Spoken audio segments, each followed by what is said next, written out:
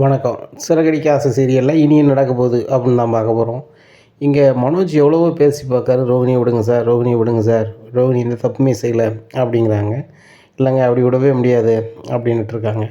உடனே மீனாவும் ரொம்பவே கெஞ்சுறாங்க. எங்கள் வீட்டில் எங்கள் மாமாவும் எங்கள் அத்தையும் ரொம்ப மனசங்கடப்படுவாங்க, தயவுசெய்து விடுங்க அப்படிங்கும்போது, என்னம்மா இப்படி சொல்கிறீங்க? உங்கள் வீட்டுக்காரோட நிலைமைக்கு இந்த பிள்ளை தான் காரணம். அப்படி இருக்கும்போது இவங்களையும் விட சொல்கிறீங்க? உங்கள் மனசு வேறு யாருக்கும் வராது. ஏம்மா ரோகிணி, இந்த மீனாக்கிட்ட எப்படி இருக்கணும், எப்படி வாழணும்னு கற்றுக்கோமா. அந்த சிட்டி மேலே ஏகப்பட்ட எதிர்ப்பு வருது, ஏகப்பட்ட பேர் வந்து அப்போ எங்களுக்கு பாதிச்சிருக்குன்னு சொல்லுதாங்க. அதனால் சிட்டி கூட சேர்ந்து வர்றதுனால விட முடியாமல் இருக்குது. என்ன ஒன்று செய்யுங்க, ஒரு நல்ல வக்கீலை போய் பாருங்கள், அதுக்கப்புறம் நீங்கள் வெளியிடக்கூடிய வேலையை பாருங்கள். இப்போ நாங்கள் ஒன்றும் செய்ய முடியாதும்மா, கிளம்புங்க அப்படிங்கிறாங்க. இங்கே மீனாவும் முத்துவும் ஒரு மாதிரி வெளியே போகிறாங்க. அப்போ மீனாட்ட சொல்கிறாங்க முத்து, மீனா நம்மளுக்கு இவ்வளோ செஞ்சுருக்காங்க அந்த ரோகிணி மேலே எவ்வளோ இறக்கப்படுதியே அப்படிங்கும்போது, ஏங்க அவங்க அவ்வளோ அழுகுறாங்க, அவங்க வேணால் நம்ம அழுறதை பார்த்து சந்தோஷப்படலாம், நம்ம அப்படி இருக்க முடியாதுல்லங்க. யாருக்குமே நம்மளால் முடிஞ்சது நல்லது தானே செய்யணும். எங்கள் அப்பாவும் அடிக்கடி அப்படி தான் சொல்லுவாங்க. மாமா மனசு ரொம்ப பாடுபடுங்க அப்படிங்கும்போது, நம்ம என்ன மீனா செய்ய முடியும் அப்படின்னு சொல்லிட்டு வீட்டுக்கு போகிறாங்க. மீனா சொல்கிற மாதிரியே அண்ணாமலை ரொம்ப மனசங்கடத்தில் ஹாலில் உட்காந்துருக்காங்க. அப்போ அப்பா அப்படிங்கிறாங்க, டேய் என்னடா ஆச்சு, ரோகிணியை விட்டாங்களா அப்படிங்கிறாங்க. ஏப்பா ரோகிணியை விட முடியாதுன்னு சொல்லிட்டாங்க, அதனால் அதுக்கு வாய்ப்பே இல்லைப்பா அப்படிங்கும்போது கிறிஷ் ரொம்பவே அழ ஆரம்பிச்சிடுறான். ஏன்டா அழுற அப்படிங்கும்போது, இல்லை அந்த ஆன்ட்டி வரவே மாட்டாங்களா, இன்னமும் உள்ளே தான் இருப்பாங்களா அப்படிங்கும்போது, இல்லைடா சீக்கிரம் வெளியே வந்துடுவாங்க, எப்போ நான் ஒரு நல்ல வக்கீலை போய் பார்க்கேன் அப்படிங்கிறாங்க. சரிடா போய் பாரு அப்படிங்கிறாங்க. அப்போ சத்யாவுக்கு ஒரு கதையில் உதவணும் அந்த வக்கீல்கிட்டே போகிறாங்க. அவர் சொல்லுதார், எப்பா இது பெரிய பிரச்சனை, இதை சரி பண்ணணும் அப்படின்னா பெரிய அளவில் பணம் வேணும், ரெடி பண்ண முடியுமா அப்படிங்கிறாங்க. சார் எவ்வளோ சார் வேணும் அப்படிங்கும்போது, ஒரு 15,00,000 கேளுங்க அப்படிங்கிறாங்க.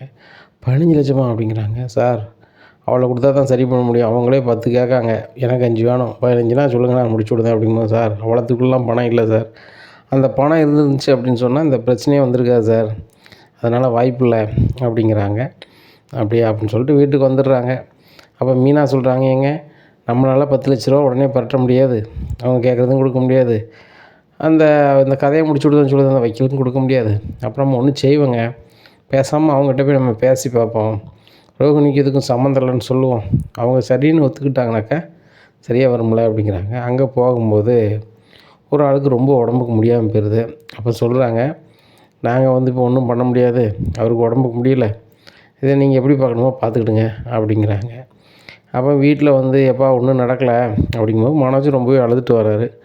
உடனே விஜயா சொல்கிறாங்க, டேய் எதுக்கு அழுகுற அப்படிங்கும்போது, ரோகிணி இந்த மாதிரி ஆயிடுச்சம்மா, நானும் என்னெல்லாமோ பண்ணி பார்த்தேன், நிறைய படிச்சிருக்கேன் வச்சுருக்கேன், என் வீட்டம்மா வந்து இப்போ உள்ளே போனாங்க அப்படின்னா கண்டிப்பாக எனக்கு பெருசாக அவமானமாகும், என் பிஸ்னஸே ரொம்ப பாதிக்கும் அப்படின்னு சொல்லி பார்த்தேன், அவங்க கேட்கவே மாட்டுறாங்க, அந்த சிட்டி ஏகப்பட்ட தப்பு பண்ணியிருக்காங்க, சிட்டி கூட அந்த கதையில் வரையில் வெளியே விட முடியாதுன்னு சொல்கிறாங்க, என்னம்மா பண்ணுறது அப்படிங்கும்போது, உனக்கு நல்லது தானடா, உனக்கு வந்தது அப்படியே போயிடுச்சுன்னு நினச்சிக்கோ அப்படிங்கும்போது, விஜயா என்ன பேசிகிட்ருக்க அப்படிங்கிறாங்க. ஆமாங்க, மனோஜுக்கு நல்ல வசதியான இடத்துல கல்யாணம் பண்ணி வச்சிங்கன்னு நினச்சேன், இந்த ரோகிணி வந்து பெரிய பணக்காரனி ஏமாற்றி இந்த வீட்டுக்குள்ளே வந்துட்டா, இவளை எப்படிடா இந்த வீட்டு விட்டு அனுப்பலான்னு பார்த்துட்டு இருந்தேன், அவளாகவே கிளம்பிட்டா, இதில் என்ன இருக்குது, அவள் வெளியே வராத அளவுக்கு நம்ம பார்த்துக்க வேண்டியதான், டே மனோஜ் அவள் வெளிலவே வரக்கூடாது, அதுக்கு என்ன பண்ணுமோ பண்ணுடா அப்படிங்கிறாங்க. என்னம்மா சொல்கிறீங்க அப்படிங்கிறாங்க.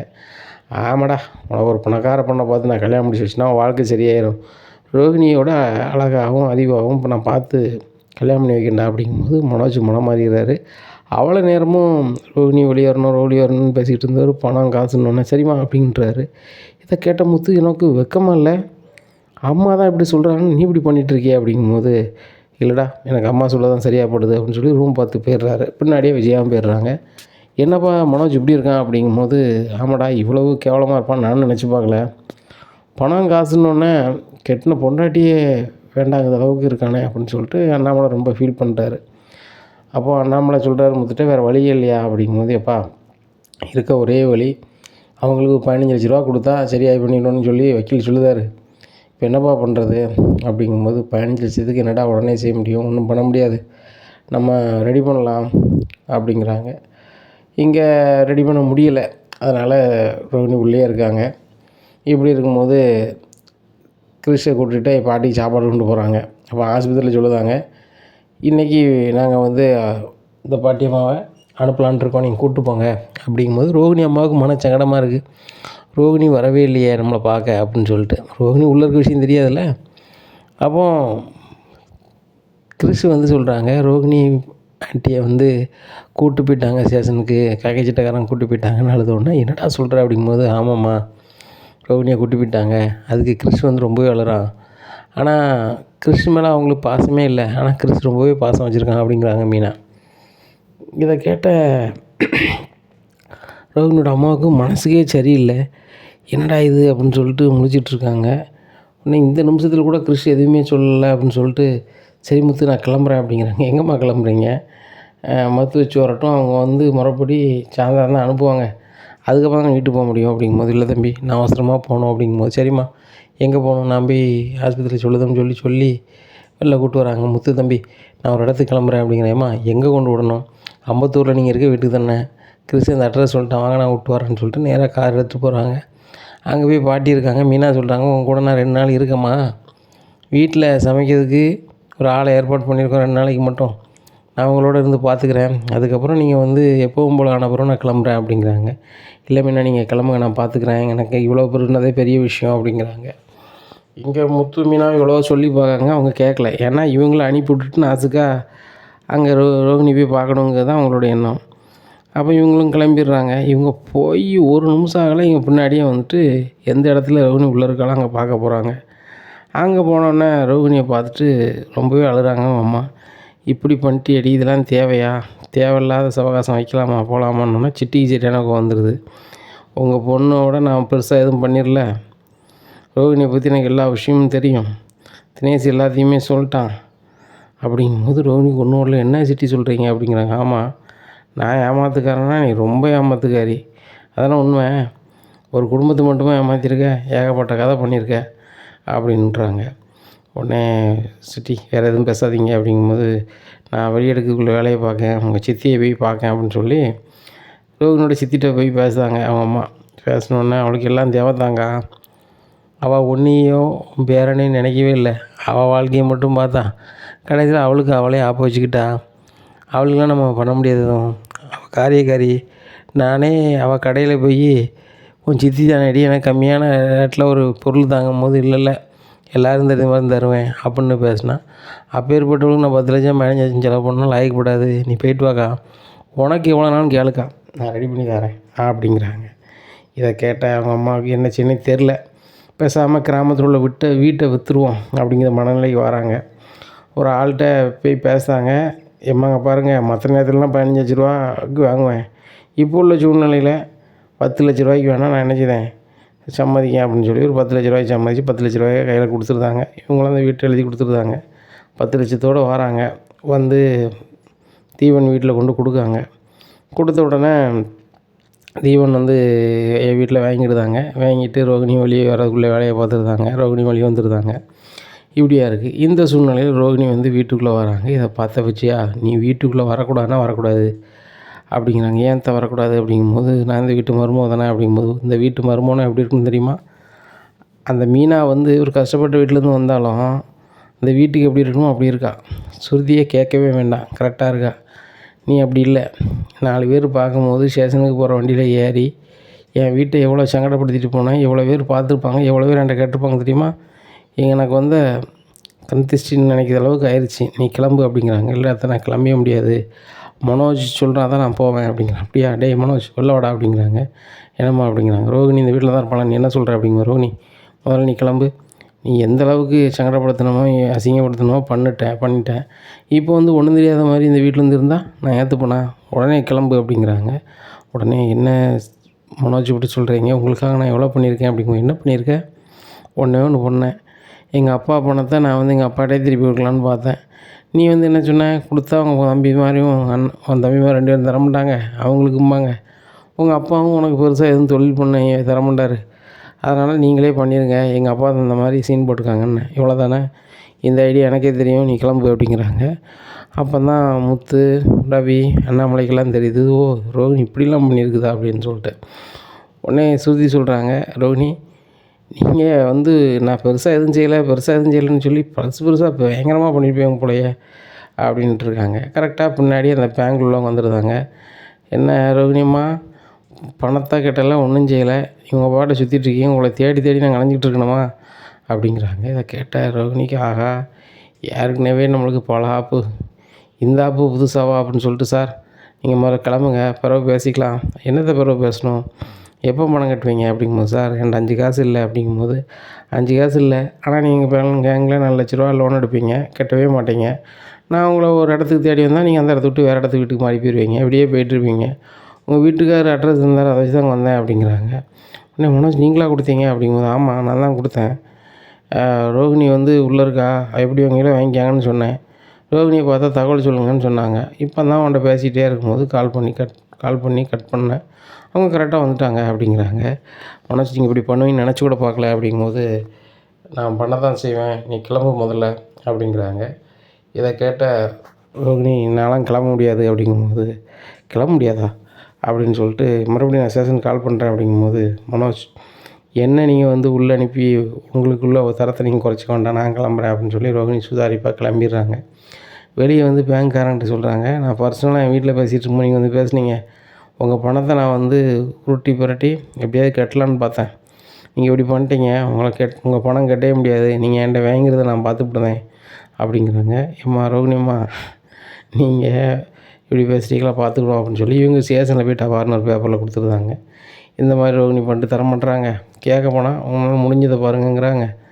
அவங்க சும்மா விடக்கூடாதுன்ட்டு மறுபடியும் ரோகிணியை கூப்பிட்றதுக்கு வித்யா வீட்டில் போய் கூப்பிட்றாங்க. ஆகா, வித்யா வீட்டுக்கு வந்து எங்களுக்கு எப்படி தெரியும் அப்படின்னு சொல்லிட்டு இதையும் மீனாக தான் சொல்லியிருப்பா அப்படின்னு நினச்சிக்கிட்டு கடுப்பில் இருக்காங்க. என்ன சார் என்ன விஷயம் அப்படிங்கும்போது, உங்கள் மேலே பேங்க்லேருந்து கொடுத்துருக்காங்க, நீங்கள் பணமே கட்டலையா அப்படிங்கும்போது, சார் நான் கொடுத்துக்கிறேன் சார் அப்படிங்கும்போது, ஏம்மா எதனாலும் சேதனம்னு சொல்லுங்கள் அப்படிங்கிறாங்க. அவங்க சேதனை சொல்லுவாங்க, சார் அவங்கள வெளியே விடாதீங்க, எங்கள் பணம் இருந்தால் மட்டும்தான் வெளியே விடணும் அப்படிங்கிறாங்க. இந்த ரோகிணி அம்மாவுக்கு என்ன செய்யனே தெரில. ரோகிணி ஒவ்வொரு பிரச்சனையிலையாக மாட்டிகிட்டு இருக்கா. இப்போ தான் என்னென்னா வீட்டை விற்று ஒரு 10 லட்சம் கொடுத்து வெளியே கொண்டு வந்தால் அடுத்த பிரச்சனையில் மாட்டதால் இப்போ என்ன பண்ணுறது அப்படின்னு நினச்சிட்ருக்காங்க. இப்படி நினச்சிட்டு இருக்கும்போது இங்கே வித்யா வீட்டுக்கு போகிறாங்க. வித்யாட்ட போய் பேசுகிறாங்க. வித்யா எப்படியாவது ஒரு 4 லட்ச ரூபா வேணும் அப்படிங்கும்போதேம்மா நான் தாரேன், இந்த பணமே வந்து நானும் முருகனும் தனியாக வீடு வாங்கிறதுக்கு வச்சுருந்த பணமா, ரோகிணி நம்பி நான் 1 ரூபா நம்ம கொடுக்க மாட்டேன், ஆனால் நீங்கள் கேட்கியம்மா நான் தாரேன், நான் முருகன்கிட்ட சொல்லிக்கிறேன்னு சொல்லிட்டு 4 லட்ச ரூபா கொடுத்துட்றாங்க. இந்த 4 லட்ச ரூபா கொடுத்து பேங்கில் கொடுத்து அவளுக்கு வட்டியோ ஏதோ கட்ட முடியாது, அவளோட நிலை இது தான், இந்த 4 லட்ச ரூபா வாங்கிட்டு ஒதுங்கிடுங்க அப்படிங்கிறாங்க. 4 லட்ச ரூபா கட்டினோன்னே ரோகிணி வெளியே வந்துடுதாங்க. இந்த விஷயம் ஒரு ஆள் மூலமாக மனோஜுக்கு தெரிய வருது. ஓ, ரோகிணி இப்படிலாம் பண்ணிகிட்டு இருக்காளா, சரி இன்னுமே இதெல்லாம் அம்மாட்ட சொல்லிட வேண்டியதானே, இதையும் சொல்லிடுறாங்க. விஜயாவுக்கு மேலும் சூப்பராகிடுது. சரி ரைட்டு, இனிமேல் ரோகிணி இந்த வீட்டு பக்கத்துலேயே வரமாட்டாடா, ஓ ரூட்டு கிளியரு, பார்த்துக்கலாம், ராஜேஸ்வரி பொண்ணு தான் இருக்காளே, நான் பேசினா கண்டிப்பாக ராஜேஸ்வரி சம்மதிச்சுப்பா, உன் பாட்டில் கவலைப்படாத, இதே மாதிரி ஏகப்பட்ட பிஸ்னஸ் ராஜேஸ்வரி பண்ணி தருவா, இந்த ரோகிணி இப்படி நீ வாழ்ந்தால் ஒன்றும் கிடைக்க போகிறதில்ல, ஒன்றா நம்பர் தரித்திரியம் அப்படிங்கிறாங்க. அதுவும் சதாமா அப்படின்ட்டு இருக்கும்போது கரெக்டாக வந்துடுறாங்க கடைக்கு. யார், ரோகிணி வந்துடுறாங்க. மனோஜ் நான் தத்திரியம்மா அப்படிங்கிறாங்க. ஆமாம் தத்திரியம் தான், ஒழுங்கு மரியாதை கிளம்பு, இன்னும் யாரையும் ஏமாத்தலான்னு பார்க்குற அப்படின்னுட்டு இருக்காங்க.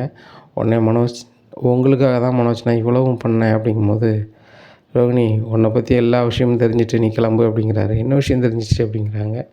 நீ பணக்காரி இல்லைன்னு தெரிஞ்சிருச்சு, இவ்வளோ வேற ஏமாற்றிருக்க அப்படிங்கும்போது, மனோஜ் நான் பணக்காரியாக இல்லாமல் இருக்கலாம், ஆனால் என்கிட்டையும் திறமை இருக்குது, நான் பார்லர் வேலை செஞ்சு உன்னை நல்லாவே காப்பாற்றிருவேன் அப்படிங்கும்போது, எனக்கு ஃபர்னிச்சர் கடை இருக்குது, நீ எதுக்கு என்ன காப்பாற்றணும், கிளம்பு அப்படிங்கிறாங்க. இதான் முடிவா அப்படிங்க, அவளை கடை விட்டு வெளியே போடி அப்படிங்கிறாங்க விஜயா. கடை விட்டு வெளியே போயிடுறாங்க ரோகிணி. அப்போ என் அம்மா வீட்டில் போய் அம்பத்தூரில் இருக்காங்க, அங்கேருந்தே பார்லர் வேலைக்கு போக வைக்க அந்த மாதிரி பண்ணிகிட்ருக்காங்க. அப்போ ராஜேஸ்வரி வீட்டில் போய் இவங்க பொண்ணு கேட்காங்க. ராஜேஸ்வரி ரொம்ப யோசிக்காங்க.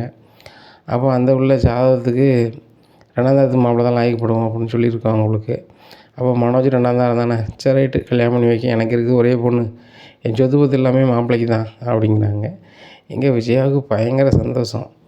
இது வித்யா மூலமாக ரோகிணிக்கு தெரிய வருது. ரோகிணிக்கு சரியான காண்டாயிருது. நேராக ராஜேஸ்வரி வீட்டில் போய் சொல்லுதாங்க, நான் இருக்கும்போது எப்படி என் புருஷனுக்கு கல்யாணம் பண்ணி வைப்பியே, வச்சு பாருங்கள் தெரியும், அப்புறம் நடக்கதே வேறு, நான் புதுசாக வாழ்க்கையை அமைச்சிக்கிறதுக்கு 1000 பொய் சொல்லியிருப்பேன், இந்த கல்யாணத்தை நிப்பாட்ட லட்சம் போயிடுச்சுனாலும் பரவாயில்லை, கல்யாணத்தை நிப்பாட்டியே ஆவேன் அப்படிங்கிறாங்க. இந்த விஷயத்த ராஜேஸ்வரி ஃபோன் பண்ணி விஜயாட்ட சொல்லிடுறாங்க. விஜயாவுக்கு சரியான கோவமாயிருது. அப்போ இவ்வளோத்துக்குள்ளே பண்ணதால இந்த ரோகிணிக்கு ஃபோன் பண்ணணும்னு சொல்லி ஃபோன் பண்ணாங்க. ஃபோனே எடுக்கலை. இப்படியா இருக்குது. இந்த சூழ்நிலையில் முத்து மீனாவும் அம்பத்தூரில் போய் கிருஷியும் பாட்டியும் பார்த்துட்டு வரணும்னு போகும்போது ரோகிணி அங்கே இருக்காங்க. ரோகிணியை பார்த்தோன்னே நீங்கள் எப்படி இங்கே அப்படின்னு சொல்லி மீனா கேட்குறாங்க. ஏன் இங்கே வரக்கூடாதா? எனக்கு போகிறதுக்கு இடம் இல்லை. கிறிஷ் எனக்கு இருக்க இடம் எனக்கு கொஞ்சம் மனசுக்கு ஆறுதலாக இருக்குன்னு தோணுச்சு, அதான் இங்கே வந்தேன் அப்படிங்கிறாங்க. உடனே முத்து மீனாவும் பார்த்துட்டு கிளம்பிடுறாங்க. மீனா அந்த ரோகிணி சொல்கிறதுல உண்மை இருக்குமா அப்படிங்கும்போது, ஏங்க அவங்க உண்மையை சொல்ல வாய்ப்பே இல்லை. அவங்க பேசும்போது அவங்க கண்ணை பார்த்தேன். கண்ணில் உண்மை இல்லைங்க, ஏதோ பொய் சொல்கிறாங்க மட்டும் தெரியுது. ஆனாலும் முன்னாடி கிறிஷ் பாட்டி நம்மகிட்ட பேசுகிற மாதிரியோ கிறிஷ் பாட்டியும் பேசலை, கிறிஷும் பேசலைங்க. அப்படிங்கும்போது இது சம்மந்தமாக விசாரிக்கணுமே அப்படின்னு சொல்லி நினைக்காங்க. அப்போ அங்கே லோக்கலில் உள்ள டிரைவருக்கு கால் பண்ணுதார்.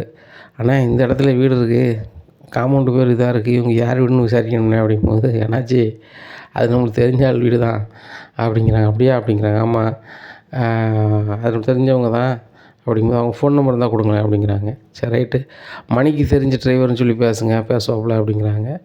ஆனால் நான் ஆட்டோ டிரைவர் மணி இருக்கார்ல ஒரு ஃப்ரெண்டு அப்படிங்கிறாங்க. அப்படியா சொல்லு தம்பி அப்படிங்கிறாங்க.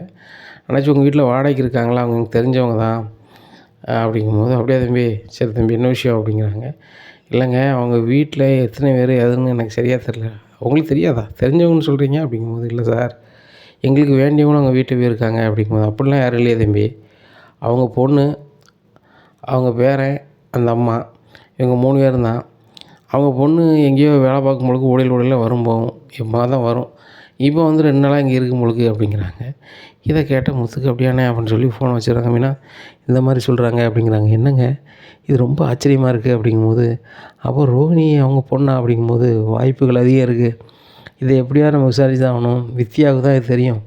நம்ம 2 பேர்ட்டையும் போகிறோம், 2 பேரும் போகிறோம். வித்யாட்ட வந்து நம்ம ஏட்டி கூட்டி பேசி இது எப்படியாவது வித்யா வாயிலேருந்து வர வைக்கும் அப்படிங்கிறாங்க. சரிங்க அப்படின்னு சொல்லிட்டு 2 பேரும் வித்யா வீட்டுக்கு போனோன்னா வித்யாவுக்கு ரொம்ப சந்தோஷம். உங்கள் 2 பேர் ஜோடி பொறுத்தையும் பார்க்க ரொம்ப அழகாக இருக்குது. உங்களை பார்த்தோன்னே தான் நானும் ஒரு காதல் கல்யாணம் பண்ணணும்னு நினச்சேன். முருகனை கல்யாணம் பண்ண போகிறேன் அப்படிங்கும்போது முருகன் வந்துடுறாரு. அண்ணே நீங்கள் 2 பேரும் இங்கே தான் இருக்கீங்களா அப்படிங்கும்போது, ஏன்னா ஒரு வாரத்தில் நாள் வைக்கணும்ண்ணே, எங்கள் அண்ணன் ஒரு வாரத்தில் நல்ல நாள் பார்த்து ஒரு நாள் வைக்கலாங்கிறாங்க எப்படிண்ணே அப்படிங்கும்போது, டே கல்யாண காரியத்தை காலகாலத்தில் பண்ண தான் செய்யணும், சரிட்டு பண்ணு அப்படிங்கும்போது, முருகன் நான் சொல்லுறது தப்பாக நினைக்க வேண்டாம், நாங்கள் வந்து வித்தியாட்ட ஒரு கதை கேட்க தான் வந்தோம், நீனும் வந்துட்டேன், உன்கிட்ட வந்து உண்மையை தான் வித்தியா சொல்லுவான்னு நான் நம்புகிறேன் அப்படிங்கும்போது, வித்யா என்ன இவங்க கேட்க எனக்கு புரியல அப்படிங்கும்போது, எனக்கும் புரியல அப்படிங்கிறாங்க. இன்னும் புரியும் பாரு வித்யா, ரோகிணியை பற்றி ஃபுல் அண்ட் ஃபுல்லான தகவல் உனக்கு மட்டும்தான் தெரியும் வித்யா, நீ கண்டிப்பாக உள்ளதை சொல்லணும். அவங்க அம்மா யார், அந்த சின்ன பையனுக்கும் ரோகிணிக்கு என்ன சம்மந்தம் அப்படிங்கிறது எங்களுக்கும் தெரியும், அது உன் வாயால் வரணும் அப்படின்னு நினைக்கிறோம் அப்படின்ட்டு போட்டு வாங்குதாங்க. உடனே பேத்து புத்து குத்திடுது இந்த வித்யாவுக்கு. ஆகா நம்ம வாயிலேருந்தே கேட்காங்களே அப்படின்னு சொல்லிட்டு, முத்து என்னை மன்னிச்சிருங்க, மீனா குறிப்பாக என்ன நீங்கள் மன்னிச்சிருங்க, உங்கள்கிட்ட இவ்வளவு நல்லா பழகுறேன், ஆனால் நான் முன்னாடியே சொல்லியிருக்கணும், வேறு வழி தெரியல, அவள் என் ஃப்ரெண்டாக போனால் அதனால் ஒன்றும் சொல்ல முடியல, அவளை பற்றிய உண்மை தெரியணும் அப்படின்னா நீங்கள் என்னை மன்னிச்சா தான் முடியும் அப்படிங்கும்போது, முதல்ல நீங்கள் சொல்லுங்கள் மன்னிக்கிறதா வேண்டாமா நாங்கள் பார்க்குறோம் அப்படிங்கிறாங்க. இல்லை இல்லை என்னை மன்னிப்புன்னு சொல்லுங்கள், அப்போ தான் உள்ளதை சொல்லுவேன் அப்படிங்கிறாங்க. சரி சொல்லுங்கள் அப்படின்னு முத்து சொல்கிறாரு. நாங்கள் 2 பேருமே பிறந்து வளர்ந்தது குமரிப்பாளையம் தான். குமரிப்பாளையத்தில் தான் எங்கள் அப்பா அம்மா இருந்தாங்க. இப்போ அவங்க இல்லை, எங்கள் சொந்தக்காரங்க தான் அங்கே இருக்காங்க. அதே ஊரில் இருந்தவ தான் இந்த ரோகிணி. ரோகிணியோட அம்மா பேர் லட்சுமி, அப்பா பேர் நடராசன். ரோகிணி நானும் சின்ன வயசுலேருந்தே ஒன்றா தான் படித்தோம். உள்ளூர்லேயே நாங்கள் 12 வரைக்கும் படித்தோம். அதுக்கப்புறம் நான் காலேஜ் படிக்கிறதுக்கு இங்கே வந்துட்டேன். அந்த 12 படித்ததுக்கப்புறம் கொஞ்ச நாள் கழித்து ரோகிணிக்கு கல்யாணம்னாங்க. அப்போ நானும் கல்யாணத்துக்கு போகும்போது தான் பார்த்தேன், ரொம்ப வயசான ஆள் கூட கல்யாணம் பண்ணிக்கிற மாதிரி இருந்துச்சு. இப்போ என்னடின்னு கேட்கும்போது, எங்கள் அப்பா ஊருப்புறம் கடை வாங்கி வச்சிட்டாரு, எங்கள் அம்மா இவரை தான் கல்யாணம் பண்ணணும்னு சொல்லிட்டாங்க, அதுபோக இதை கல்யாணம் பண்ணால் அந்த கடன் பூரா வேண்டாம்னு சொல்லி நான் அடைச்சிருந்தேன் அப்படின்னு அவர் சொல்லிட்டாரான். அதனால் இந்த கல்யாணம் நடக்க வேறு வழி கிடையாது அப்படின்னு சொன்னான். அந்த கல்யாணம் முடிஞ்சிச்சு. கல்யாணம் முடிஞ்சு கொஞ்ச நாளில் அவருக்கு வயசாகி போயிட்டு போய் சேர்ந்துட்டார். ரோகிணியும் மாசமாக இருந்தா. அதுக்கப்புறம் ஒரு பிள்ளை வந்துச்சு. அந்த பிள்ளை தான் கிறிஷ் அப்படின்னோடனே இவங்களுக்கு ஒன்று கிறிஷ் அப்படிங்கிறாங்க. ஆமாம் கிறிஷ் தான் அவளோட பையன் அப்படிங்கும்போது, நடந்ததெல்லாம் மீனாவும் முத்தும் ஒத்து பார்க்காங்க. அது எல்லாம் சரியாக வருது. ஏங்க நான் சொல்லலை அப்படிங்கும்போது, மீனா இப்போ என்ன பண்ணுறது நம்ம அப்படிங்கிறாங்க. என்ன பண்ணுறதா? எப்படியாவது ரோகிணியை வீட்டுக்கு வர வைக்கணுங்க. நம்ம கிறிஷ் நம்ம வீட்டு பையனாகவே ஆக்கணும்னு நினச்சோம். அப்படி நம்ம வீட்டு பையனாகவே ஆக்கணும்னா கண்டிப்பாக ரோகிணி வரணும். உங்கள் அண்ணனும் வேறு கல்யாணம் முடிப்பேன் அப்படி இப்படின்னு சொல்லிக்கிட்டு இருக்காரு. அதை நம்ம சரி பண்ணணும்னா கண்டிப்பாக நம்ம இதை பண்ணியே ஆகணும் அப்படிங்கிறாங்க. வித்யா நீ இது முன்னாடியே சொல்லியிருக்கலாமே அப்படிங்கும்போது, நானே கல்யாணிகிட்ட சொல்ல நினச்சேன். ஆனால் அவள் சொல்லலை. என்ன பண்ணுறது அப்படின்ட்டு இருக்கும்போது, இதுக்கு நாங்கள் ஒரு நல்ல முடிவு எடுக்கணும்னு சொல்லிட்டு இவங்க 2 பேரும் போயிடுறாங்க. மீனாக்கிட்ட முத்து சொல்கிறாங்க, மீனா கொஞ்சம் பொறு, நம்ம எல்லாத்தையும் கரெக்டாக வச்சுக்கிட்டு தான் நம்ம செய்யணும்.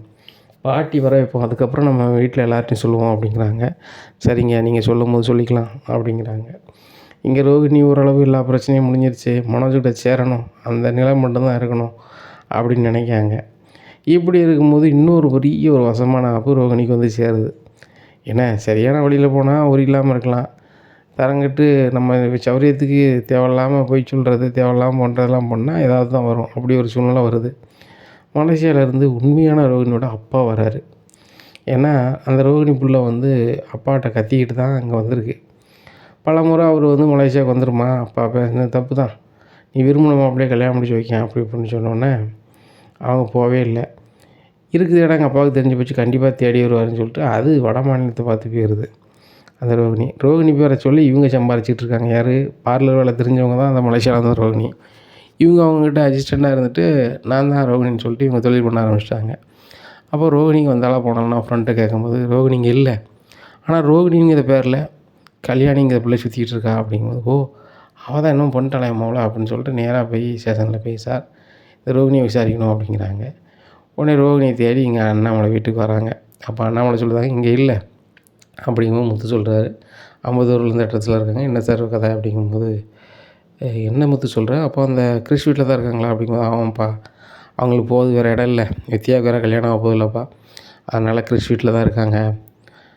என்ன விஷயம் சார் அப்படிங்கும்போது, ரோகிணின்னு சொல்லிவிட்டு ஒரு பொண்ணை வந்து பேரில் இவங்க இருக்காங்களாம், ஆனால் உண்மையான பேர் இவங்க பேர் கல்யாணியா அப்படிங்கிறாங்க. இதை கேட்ட விஜயா, எங்க பேர் கூட உண்மை இல்லையா, அப்பேற்பட்டவன் மனோஜுக்கு பொண்டாட்டியாங்க, வீட்டு விட்டு வெளியே போகணுன்னு சொல்லையில் என்னெல்லாம் பேசுனீங்க பார்த்தீங்களா, ஏங்க அவங்களாம் வெளியே விடாதாங்க சார் அப்படின்னு சொல்லிட்டு அந்த காய்கறிக்காரங்க சொல்கிறாங்க. சரிம்மா நாங்கள் பார்த்துக்குறோம் அப்படின்னு சொல்லிட்டு நேராக அங்கே அம்பத்தூர் போகிறாங்க. அங்கே ரோகிணி சாப்பிட்டுட்டு இருக்கும்போது, ஏம்மா அப்படிங்கும்போது, என்ன சார் அப்படின்னு விஷயமா வந்திருக்கீங்க அப்படிங்கிறாங்க. நீங்கள் ரோகிணியா அப்படிங்கிறாங்க. ஆமாம் அப்படிங்கிறாங்க. நீங்கள் கல்யாணி ரோகிணின்னு ஒருத்தவங்க என்னானாங்க அப்படிங்கிறாங்க. எனக்கு தெரியாது அப்படிங்கிறாங்க. அவங்க அப்பா வந்து உங்கள் மேலே பேப்பரில் எழுதி கொடுத்துருக்காங்க, இந்த மாதிரி என் பொண்ணு தான் ரோகிணி பேரில் இது சுற்றுது, என்னென்னு விசாரிங்க சார், என் பொண்ணை காங்கலை அப்படிங்கிறாங்க.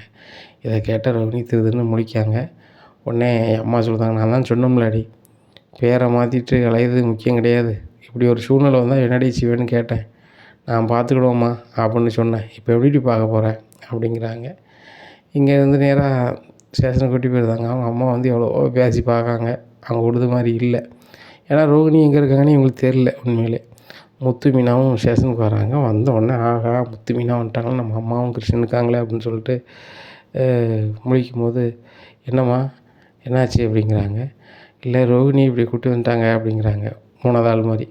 ஏம்மா ரோகிணிக்கும் உங்களுக்கு என்ன சம்மந்தம், கிருஷ்ணுக்கு என்ன சம்மந்தம், எல்லாமே வித்தியா சொல்லிட்டா, எல்லாமே தெரிஞ்சுக்கிட்டோம், அதனால் எங்ககிட்ட இன்னும் மறைக்க வேண்டாம் அப்படிங்கும்போது, ஆகா நம்மளை பற்றி எல்லா விஷயமும் இந்த முத்துவுக்கு மீனாவுக்கும் தெரிஞ்சுட்டேன், நம்ம அந்த வீட்டில் இருக்கிறது நம்ம அந்த மனோஜ் கூட வாழ்கிறது பிடிக்காதது இந்த முத்து மீனா அந்த வீட்டுக்கே வரக்கூடாதுன்னு நினைப்பாங்க. இப்போ இவங்க எல்லா விஷயமும் தெரிஞ்ச பிறகு கண்டிப்பாக நம்மளை வரவிட மாட்டாங்களே, என்ன பண்ணுறது, வேறு வழி இல்லை, இவங்ககிட்ட மன்னிப்பு கேட்டு தான் ஆகணும் அப்படின்னு சொல்லிட்டு, முத்து மீனா தயவுசெய்து இங்கே நடக்கதை வீட்டில் சொல்லிடாதீங்க அப்படிங்கும்போது, எங்களுக்கு முன்னாடியே தெரியும், வித்யா என்கிட்ட எல்லாத்தையுமே சொல்லிட்டாங்க, ஆனாலும் நாங்கள் வீட்டில் சொல்லலை, எங்கள் வீட்டை பொறுத்த மட்டும் பாட்டி சொன்னால் மட்டும்தான் கேட்பாங்க, இந்த விஷயத்துக்கு என்ன பண்ண போகிறீங்க அப்படிங்கும்போது, தெரில முத்து அப்படிங்கிறாங்க.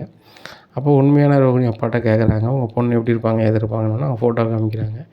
சரிங்கய்யா, உங்கள் பொண்ணு எப்படி இருப்பாங்க எது இருக்காங்கன்னு ஃபோட்டோ தந்துட்டீங்க, இதை வச்சு எனக்கு தெரிஞ்ச ஃப்ரெண்ட்ஸ் மூலமாக அங்கங்கே தேட சொல்லுதேன், சீக்கிரம் கண்டுபிடிச்சிடலாம்யா அப்படிங்கும்போது, தம்பி எனக்கு என்னமோ வந்து ரோகிணி மேலே தான் டவுட்டாக இருக்குது அப்படிங்கிறாங்க. நான் ஒன்றும் பண்ணலையா வைக்கலையாங்க, அங்கே உண்மையிலே ஒன்றும் பண்ணலை, அவங்க பேரை சொல்லி தான் ஏமாற்றிட்டுருக்காங்க, தவிர்த்து வேறு ஒன்றும் பண்ணலை. இங்கே முத்துக்கிட்ட அந்த ஃபோட்டோ கொடுத்தோன்னா முத்துக்கு தெரிஞ்ச டிரைவர் எல்லாத்தையும் அனுப்புதாங்க. சரி முத்து, இவங்களை எங்கேயோ பார்த்த மாதிரி இருக்குது அப்படி இப்படின்னு ஒரு சிலவங்க சொல்லுவாங்க. சரி நாங்கள் பார்த்தோன்னா உங்கள்கிட்ட சொல்லுதோம் அப்படின்ட்டு இருக்காங்க. இப்படி இருக்கும்போது முத்துக்கு ஒரு ஃபோன் வருது. முத்து இவங்கள நான் வந்து பாம்பேல பார்த்தேன், நான் அங்கே தானே டிரைவராக இருந்தேன் அப்படின்னு ஒரு ஆள் ஃபோன் பண்ணுறாங்க. எங்கே அப்படிங்கிற இந்த இடத்துல அப்படிங்கிறாங்க. உடனே அப்படியா சரி ரைட்டு அப்படின்னு சொல்லிட்டு, சார் பாம்பேல பார்த்துருக்காங்களா யாரோ அப்படிங்கும்போது, அப்படியா அப்படின்னு சொல்லிட்டு, சரி தம்பி அப்படிங்கும்போது, தலைவரே பாம்பேல இருக்கும்போது இவங்க எதுக்கு உள்ளே இருக்கணும் அப்படின்னோடனே ரோகிணியை விட்டுருதாங்க. ரோகிணி சொல்லுதாங்க, முத்து மீனா ரொம்ப நன்றி அப்படிங்கிறாங்க. எங்களுக்கு நன்றி சொல்லாதீங்க, நீங்கள் கிளம்புங்க, சீக்கிரம் உங்களை வீட்டுக்கு கொண்டு வரதுக்கு என்ன வேலையை பார்க்குறோம் அப்படின்னு சொல்லிட்டு அனுப்பிடுறாங்க. எங்க முத்து அந்த உண்மையான ரோகிணியை தேடி பாம்பே போகிறாங்க. அங்கே போய் தேடுதாங்க. 2-3 நாள் அங்கே இருக்காங்க. உண்மையான ரோகிணியை கண்டுபிடிச்சிருந்தாங்க. கண்டுபிடிச்சி எங்கள் அப்பாட்ட ஒப்படைக்காங்க. ஒப்படைச்சிட்டு போயிட்டு வாங்க அப்படிங்கிறாங்க. உடனே அவங்களும், எப்பா நான் அந்த நேரத்தில் ஏதோ கோவத்தில் வந்துட்டப்பா, இனிமேல் நான் தப்பு பண்ண மாட்டேன்ப்பான்ட்டு அவங்களும் போயிருந்தாங்க. அப்பாவும் சரிம்மா உன் விருப்பம் போல் வாழ்க்கையை நான் அமைச்சு கொடுக்கேன் அப்படின்னு சொல்லி அவரும் கூப்பிட்டு போயிருக்காரு ஊருக்கு. இங்கே ஊருக்கு வந்த பின்னாடி நல்ல ஒரு செய்தியாக வந்து சத்யா சொல்கிறாப்புல, மாமா சீதா மாசமாக இருக்கா அப்படின்னோடனே முத்துக்கு பயங்கர சந்தோஷம். என்னடா சொல்கிற அப்படிங்கிறாங்க. ஆமாம் மாமா, இப்போ தான் அங்கேருந்து வந்தேன், அருண் மாமா ஃபோன் பண்ணாங்க, போயிருந்தேன், ரொம்ப சந்தோஷமாக இருக்குது. சீதாவுக்கு இப்போ தான் கல்யாணம் ஆன மாதிரி இருந்துச்சு, அதுக்குள்ளே அவளுக்கு பிள்ளைங்கும்போது ரொம்ப சந்தோஷமாக இருக்குது அப்படிங்க. டேய் எனக்கும் ரொம்ப சந்தோஷமாக இருக்குடா, ஒரு தகப்பனுக்கு எவ்வளோ சந்தோஷம் இருக்குமோ அதே சந்தோஷம் இருக்குது அப்படின்னு சொல்லிட்டு மீனா மீனா அப்படின்னு சொல்லி கத்திட்டு போகிறாங்க. இவன் என்ன சத்தம் போட்டுக்கிட்டு இருக்கான் அப்படின்ட்டு இருக்கும்போது இங்கே மீனா கிட்ட போகிறாங்க. என்னங்க என்னாச்சு அப்படிங்கிறாங்க. சீதா மாசமாக இருக்கா அப்படின்னோடனே முத்துக்கும் மீனாவுக்கும் பயங்கர சந்தோஷம். அண்ணாமலையும் கேட்டு ரொம்ப சந்தோஷப்படுறாரு. ஆனால் விஜயாவுக்கு ரொம்ப சங்கடமாக இருக்குது. மனோஜுக்கு சீக்கிரம் கல்யாணம் ஆச்சு, நல்ல வாழ்க்கை அமையாமலாம் அவனுக்கு சீக்கிரம் பிள்ளை பார்க்காம போயிட்டான். அப்படி எடுத்திருந்தாங்கன்னா கண்டிப்பாக குடும்ப சொத்து வந்திருக்கும். அதுக்கு என்ன, சீக்கிரம் ராஜேஸ்வரி மூலம் கல்யாணம் பண்ணி வச்சுட்டு நம்ம வந்து இது பண்ணிட வேண்டியதான், சொத்தை குடும்ப சொத்தை வாங்கிட வேண்டியதான். மனோஜுக்கும் ஏற்கனவே அந்த ராஜேஸ்வரி சொத்து கொடி கொடியாக வரத்தான் போகுது, நம்மளை அதை பார்க்க தான் போகிறோம். ரோகிணி தான் இல்லைன்னு ஆகிப்போச்சே அப்படின்னு சொல்லிட்டு நினைக்காங்க இந்த விஜயா. அப்போ முத்து மீனாவும் ஃபோன் பண்ணி சீதாட்ட பேசுதாங்க. ஏக்கா 2 வாரம் கழித்து ஃபங்க்ஷன் வைக்கலான்னு இருக்கோம், நீங்கள் வந்துருங்கக்கா அப்படிங்கும்போது, சரி வந்துடுதேன் அப்படிங்கிறாங்க. உடனே சீதா சொன்னதை முத்துட்ட சொல்கிறாங்க.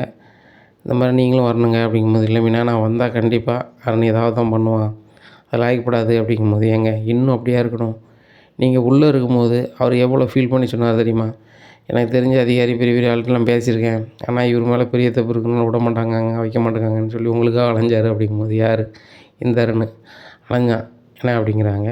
உடனே ஆமாங்க அலைஞ்சார் அப்படிங்கும்போது, மீனா இதை பாரு அப்படிங்கிறாங்க. அது என்னது அப்படின்னா, அருணோட உயர் அதிகாரி பேசிகிட்டு இருக்கையில் அதை இவர் செல்ஃபோனில் எடுத்துருக்காரு வீடியோவாக. முத்தை வந்து ஒளிய விடக்கூடாதுன்னு அருண் பேசினது அப்படியே அதில் வருது. என்னங்க இந்த அருண் இப்படி சொல்லியிருக்காரு அப்படிங்கும்போது, அந்த அருண் திருந்தவே மாட்டான்னு நான் சொன்னேன், நீ கேட்கல, அவனுக்கு என்ன சுத்தமாக பிடிக்காது, நான் சாதாரண டிரைவருங்க, நீ சாதாரண பூக்காரிங்க, இங்கேருந்து நம்ம அங்கே போகும்போது ஒரு வாய் சோறு கூட தரதுக்கு அவன் யோசிச்சாலும் யோசிப்பான், இல்லை எந்த அளவுக்கு என்னை சங்கடப்படுத்தணும்னு நினைப்பான். சீதாவுக்கு புள்ள வருது நம்மளுக்கு சந்தோஷம்தான், ஆனால் ஒன்று, நான் அந்த அருண் வீட்டுக்கு வர மாட்டேன், நீ போய்ட்டு வா அப்படிங்கிறாங்க. சரிங்க நான் வந்து சீதா கூட பிறந்துட்டேன், நான் போய் தானே ஆகணும் அப்படின்னு சொல்லிட்டு அந்த நாளில் போகிறாங்க. அப்போ முத்து தம்பி வரலையான்னு சொல்லி அருணோட அம்மா கேட்காங்க. இல்லைங்க வண்டிக்கு போயிட்டாங்க அப்படி இப்படிங்கிறாங்க. அப்போ அருண் சொல்லுறாரு, இதெல்லாம் பெரிய வேலையா, நீ சாதாரண டிரைவர் தானே அப்படின்னோடனே மீனாவுக்கு சரியான கோவம் வந்துடுது. என்னங்க நீங்கள் எப்போ பார்த்தாலும் என் வீட்டுக்காரர் சாதாரண டிரைவர், நாங்கள் பூக்கட்டுதான்னு சொல்லுதீங்க, சாதாரணமாக இருந்து எத்தனை பேர் முன்னேறி பெரிய ஆளாக இருக்காங்க தெரியுமாங்க, அதே மாதிரி என் வீட்டுக்காரும் பெரிய அளவில் வருவார், என்றைக்கா ஒரு நாள் பாருங்கள், அன்றைக்கி நீங்கள் அண்ணாந்து பார்க்குற மாதிரி இருக்கும் அப்படிங்கும்போது அருண் சிரிக்கிறாரு. சரிங்கங்க, ஒதுக்கப்பட்ட குப்பை எல்லாமே ஒரு காலத்தில் கோபுரம் ஆகும்னு சொல்லுவாங்க, என் வீட்டுக்காரரும் கோபுரம் ஆவார் அப்படிங்கிறாங்க. உடனே ஆமாக்கா கண்டிப்பாக ஆவார் அப்படிங்கும்போது, ஏங்க வாய வச்சுட்டு சும்மா இருக்க மாட்டீங்களா, நானே மாமா வரலன்னு ஃபீலிங்கில் இருக்கேன் அப்படிங்கும்போது, ஆமாம் அவர் பெரிய விஐபி அப்படின்ட்டு அருண் போயிருந்தார். என்னக்கா இவங்க இப்படி இருக்காங்க அப்படிங்கும்போது, இல்லடி உங்கள் மாமா மாறிட்டார், அருண் தான் மாறலை அப்படிங்கும்போது, என்னக்கா சொல்கிறேன், மாமா தான் மாறி இருந்தால் இந்த ஃபங்க்ஷனுக்கு வந்திருப்பாரு, என்னை விட அவருக்கு வந்து தான் பெரிய ஆளுங்கிறது ஈகோ தானே அப்படிங்கும்போது, இந்த வீடியோவை பாரு, நீ கேட்பேன்னு எனக்கு தெரியும், தான் கொண்டு வந்திருக்கேன் அப்படின்னு சொல்லி காமிக்காங்க சீதாட்ட. சீதாவுக்கு பார்த்துட்டு சரியான வயிற்றுச்சா, என்னடா இது இவர் இப்படி பேசியிருக்காரு அப்படின்னு சொல்லிட்டு. இங்கே எல்லோரும் வந்து செய்கட்டு செஞ்சுக்கிட்டு இருக்காங்க. அடுத்தாப்புல அருண் தான் செய்யணும். செய்யும்போது நீங்கள் இந்த செய்கட்டு செய்ய வேண்டாம் அப்படிங்கிறாங்க. ஏன் சீதா உன் புருஷனாக தானே செய்யணும் அப்படிங்கும்போது, நீங்கள் பண்ணவே வேண்டாங்க அப்படிங்கிறாங்க. இல்லை நான் பண்ணுவேன் அப்படிங்கும்போது, எங்கள் மாமா நல்லா இருக்கக்கூடாது, எங்கள் மாமா உள்ளே போகணும், எங்கள் அக்கா சங்கடப்படணும்னு நினைக்கிறேன், நீங்கள் என் பிள்ளைய மட்டும் நல்லா இருக்குன்னு சொன்னால் எப்படி நல்லாயிருக்கும் அப்படிங்கிறாங்க. இதை கேட்ட அருண் என்ன சொல்கிற அப்படிங்கிறாங்க. என்ன சொல்கிறியா, ஒன்றுமே தெரியாத மாதிரி பேசுகிறீங்க, இது என்னது அப்படின்னு சொல்லி வீடியோ காமிக்காங்க. ஆஹா, முத்துக்கு நம்ம ஆப்பு வைக்கணும்னு நினச்சி பண்ணது தெரிஞ்சு போச்சு போலயே அப்படின்னு சொல்லி, சித்தா என்னை மன்னிச்சிரு, முத்து மேலே உள்ள கோவத்தில் அப்படி பண்ணிட்டேன் அப்படிங்கிறாங்க. சரி, எங்கள் மாமா மேலே உள்ள கோவத்தில் பண்ணிட்டீங்க. எங்கள் அக்கா கஷ்டப்பட்டு அங்கங்கே அலைஞ்சாலே எங்கள் அக்கா கூட நீங்கள் நினைக்கலையா? உங்கள் கோவத்துக்கு எங்கள் மாமா தான் கிடச்சாரா? எங்கள் மாமா அன்னைக்கே சொன்னாருங்க, நான் தான் கேட்கலங்க அப்படிங்கிறாங்க. மீனா அண்ணி மன்னிச்சிருங்க அப்படிங்கிறாங்க. இல்லை தம்பி, நான் உங்களுக்காக வரல, என் தங்கச்சிக்காக தான் வந்தேன், ஏம்மா நான் கிளம்புறேன் அப்படிங்கும்போது சீதாவோட அம்மா சொல்கிறாங்க, மொத்த மருமகன் எனக்கு நல்லா கிடச்சிருக்காரு, சின்ன மருமகனும் அதுக்கு ஏற்றாப்புல கிடச்சிருக்காருன்னு நினச்சேன், ஆனால் உங்களுக்குள்ளே இப்படிலாம் இருக்குன்னு தெரியாது மருமகனே, நாங்கள் கிளம்புறோம் அப்படிங்கும்போது, ஏம்மா வயிறார சாப்பிட்டுட்டு எங்களை வந்து வாழ்த்திட்டு போமா அப்படிங்கும்போது, நல்லா இருப்படி அப்படின்னு சொல்லிட்டு இவங்க கிளம்புறாங்க. பொசுக்குன்னு மீனா மூச்சு பேச்சு இல்லாமல் வந்துருந்தாங்க. மீனா அப்படிங்கிறாங்க. எல்லோரும் தண்ணி கிண்ணியை தெளித்து ஆஸ்பத்திரி கொண்டு போயிருந்தாங்க. அங்கே போய் எல்லோரும் சுற்றி நிற்காங்க. மீனாவை பார்த்த மறுத்து வச்சு சிரிக்காங்க. எங்கே சிரிக்கிறீங்க, மீனாவுக்கு என்னாச்சு சிரிக்கிறீங்க அப்படிங்கும்போது, தங்கச்சி தான் மாதமாக இருக்கான்னு பார்த்தா அக்காளுக்கும் மாதமாயிட்டா அப்படிங்கிறாங்க. இதை கேட்ட எல்லாருக்கும் ஒன்றும் ஓடலை. அங்கேருந்து முத்துக்கு கால் பண்ணுதாங்க. முத்துக்கு கால் பண்ணோன்னே இந்த மாதிரி மாமா அப்படிங்கும்போது, என்னடா சொல்கிற, சீதாவுக்கு நீ தான் எப்படின்னு சொன்னேன், இப்போ மீனாவுக்கு சொல்கிற உண்மையா அப்படிங்கும்போது, சீதா வேலை பார்க்குற ஆஸ்பத்திரிக்கு வாங்க மாமா அப்படிங்கிறாங்க. முத்து டவாராங்க வராரு. வந்தோன்னா அவருக்கு பயங்கர சந்தோஷம். இருக்கிறவங்க எல்லாருக்குமே ஸ்வீட்டை கொடுக்குறாரு, வைக்கிறாரு. அண்ணாமலையும் பயங்கர சந்தோஷம், கேள்விப்பட்டு வந்துடுறாங்க. வந்தோடனே இதை வீட்டில் கொண்டாடணும் அப்படின்னு சொல்லி சாப்பாடெல்லாம் தடப்படலாம் ஆர்டர் பண்ணி வீட்டில் சாப்பிடுதாங்க. அப்போ விஜயா, என்னங்க இவ்வளோ சாப்பாடு தடப்படலாம் கடையிலேருந்து வந்திருக்கு, நீங்கள் ஒவ்வொரு வாட்டியும் சொல்லுவீங்க வீட்டு சமையலில் தான் சாப்பிடணும், அதான் நல்லது அப்படி இப்படிம்பீங்க, இப்போ ஹோட்டல்லேருந்து சாப்பாடு வந்திருக்கு அப்படிங்கும்போது, ரவி கடையிலேருந்து தான் வந்திருக்கு, ரவி தான் ரெடி பண்ணியிருக்கான் அப்படிங்கும்போது, டேய் ரவி இவ்வளோ செலவு ஏன்டா பண்ணேன் அப்படிங்கும்போது, ஏம்மா இந்த வீட்டுக்கு சின்ன பையன் வர போகிறாங்களா அப்படின்னு, யார் அந்த கிறிஸ்டி பையனை மறுபடியும் கூட்டி வர போகிறாங்களா, தேவையில்லாத வேலைடா அப்படிங்கும்போது, தேவையில்லாத வேலையா, அண்ணி மாசமாக இருக்காங்க அப்படின்னோடனே, இங்கே ஒன்றும் ஓடலை, யார் ரோகிணியா அப்படிங்கிறாங்க. ரோகிணியில் நம்ம அண்ணி மீனா அப்படிங்கிறாங்க. இதை கேட்டுட்டு ரொம்ப ஒரு மாதிரி ஆயிடுறாங்க. ஆகா, மனோஜுக்கு வர வேண்டிய குடும்ப சொத்து இங்கே வந்துடும் போலையே அப்படின்ட்டு இருக்கும்போது, சரி இந்த விஷயத்த வந்து யாருக்கும் தெரியக்கூடாது, அதுக்குள்ளே இதை ஏதாவது பண்ணணும் அப்படின்னு நினைக்காங்க. அங்கே பாட்டி கிராமத்தில் சொல்லியிருந்தாங்கள்ல, ஃபோன் பண்ணி பாட்டியும் பாசத்தில் உடனே ஒரு வண்டியை பிடிச்சி காரை பிடிச்சி வந்துடுதாங்க. முத்து மீனா அப்படின்ட்டு வராங்க. அத்தை நீங்களா அப்படிங்கும்போது, முத்துக்கு மீனாவுக்கு இப்படி ஒரு நல்ல கதை நடக்கும்போது நாங்கள் இருக்க முடியுமா, அதான் வந்துட்டேன் அப்படிங்கிறாங்க. பாட்டி அப்படிங்கிறாங்க, டேய் பயங்கரமான ஆள்டா அப்படிங்கிறாங்க. பாட்டி நீங்கள் வேறு, எனக்கு கொஞ்சம் ஒரு மாதிரி இருக்குது அப்படிங்கிறாங்க. சரி வர்றா என் பேத்தி இதை பிடி அப்படிங்கிறாங்க. பாட்டி இது என்னது அப்படிங்கிறாங்க. இதெல்லாம் வீட்டு பத்திரம் இருக்குது, நான் சொல்லணும் மாற மாட்டேன், சொத்து பத்திரமும் இதில் தான் இருக்குது, ஏன்னா நான் தான் சொன்னோம்ல, முதல்ல யாருக்கு பிள்ளை வருதோ அவங்களுக்கு நான் கொடுக்கணும்னு சொன்னோம்ல அப்படிங்கும்போது, அத்தை அது என்ன வரையா செஞ்சுட்டு இப்போ சும்மா தானே சொல்லியிருக்காவோ அப்படிங்கும்போது, சும்மா சொன்னாவளா, ஆஸ்பத்திரியில் போய் தானே பார்த்துட்டு தானே சொல்லியிருக்காவோ அப்படிங்கும்போது, அத்தை முதல்ல அது உருப்படியாக வரட்டும் அப்படிங்கும்போது, விஜயா வாயை மூடு, நீ இப்படியே பேசியே ரொம்ப ஒரு மாதிரி பேச ஆரம்பிச்சிட்ட, இனிமேல் இதை மாதிரி பேசினேன் அப்படின்னா நடக்கதே வேறு அப்படிங்கிறாங்க. இங்கே பாட்டிக்கு சரியான கோவம் வந்துடுது, பலார்னு வாங்கிடுறாங்க. அத்தை அப்படிங்கிற, அத்தையா இனிமேல் நான் ஊருக்கு போகும்போதும் சரி தான், நான் போனப்புறம் சரி தான், தேவையில்லாமல் வாயை திறந்த நடக்குது வேறு அப்படிங்கிறாங்க. இங்கே விஜயாவுக்கு ஒன்றும் ஓடலை. என் மாமியார் எல்லோரும் முன்னாடி இங்கே நீட்டாவோ, இங்கே சுருதி மீனால் என்னை மதிக்கவே மாட்டாங்களே அப்படின்னு சொல்லி ரொம்ப பார்த்து போயிருந்தாங்க. அங்கே போய் அண்ணாமலைகிட்ட புலம்புதாங்க. என்னங்க உங்கள் அம்மா இனி சின்ன பிள்ளை நினச்சிட்டு இருக்காங்களா, மேலே கொய்ய வைக்காங்க அப்படிங்கும்போது, எங்கள் அம்மாவுக்கு என்றைக்கு நீ அப்படி தான் தேவையில்லாமல் பேசாத, நானே நீட்ட நினச்சேன், எங்கள் அம்மா நீட்டாங்க, எங்கள் அம்மா கை நீட்டதுனால ஒரு பூசியோடு முடிஞ்சு போச்சு, நான் வெளுத்து கிடத்திருப்பேன் அப்படிங்கிறாங்க. இதை கேட்ட விஜயா, இவர்கிட்ட சொன்னது தப்பு தான் அப்படின்னு சொல்லி தூங்கிடுதாங்க. மறுநாள் காலையில் விடியுது. நேராக பார்வதி கூப்பிட்டு போய் ஒரு சாதகத்தை பார்க்குறாங்க.